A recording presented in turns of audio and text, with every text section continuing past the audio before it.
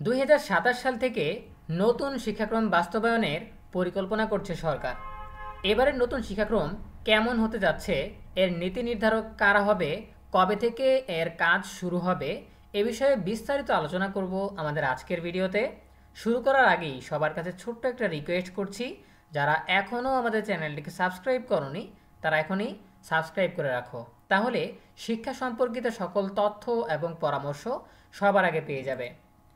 2027 খ্রিস্টাব্দ থেকে নতুন শিক্ষাক্রম চালুর পরিকল্পনা। শিক্ষার্থীদের মানসম্মত শিক্ষাদানের লক্ষ্যে 2027 খ্রিস্টাব্দ থেকে নতুন শিক্ষাক্রম চালুর পরিকল্পনা করছে সরকার। এরই মধ্যে কাজ শুরু করেছে জাতীয় শিক্ষাক্রম ও পাঠ্যপুস্তক বোর্ড এনসিটিবি। শিক্ষা গবেষকরা বলছেন, সংশ্লিষ্ট সকলের মতামত নিয়ে এই শিক্ষাক্রম প্রণয়ন করতে হবে।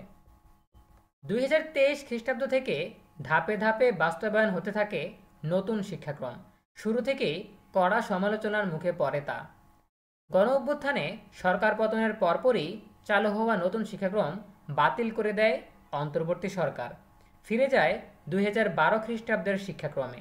এরই মধ্যে সব বই পেয়েছে শিক্ষার্থীরা।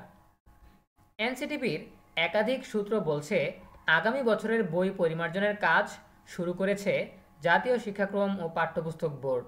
সেই সঙ্গে নতুন শিক্ষাক্রমের প্রস্তুতি নেওয়া হচ্ছে। উন্নত এবং বাস্তবায়নযোগ্য শিক্ষাক্রমের কাজ চলছে, যা 2027 খ্রিস্টাব্দ থেকে ধাপে ধাপে চালু হবে।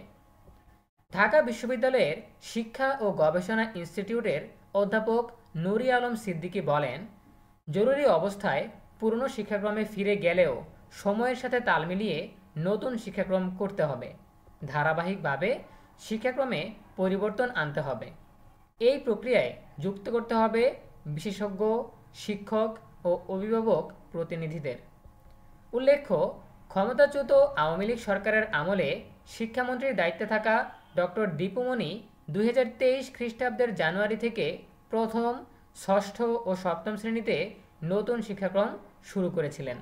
তারই ধারাবাহিকতায় 2024 খ্রিস্টাব্দের শুরুতে দ্বিতীয়, তৃতীয়, অষ্টম ও নবম শ্রেণীতেও শুরু করার কথা ছিল।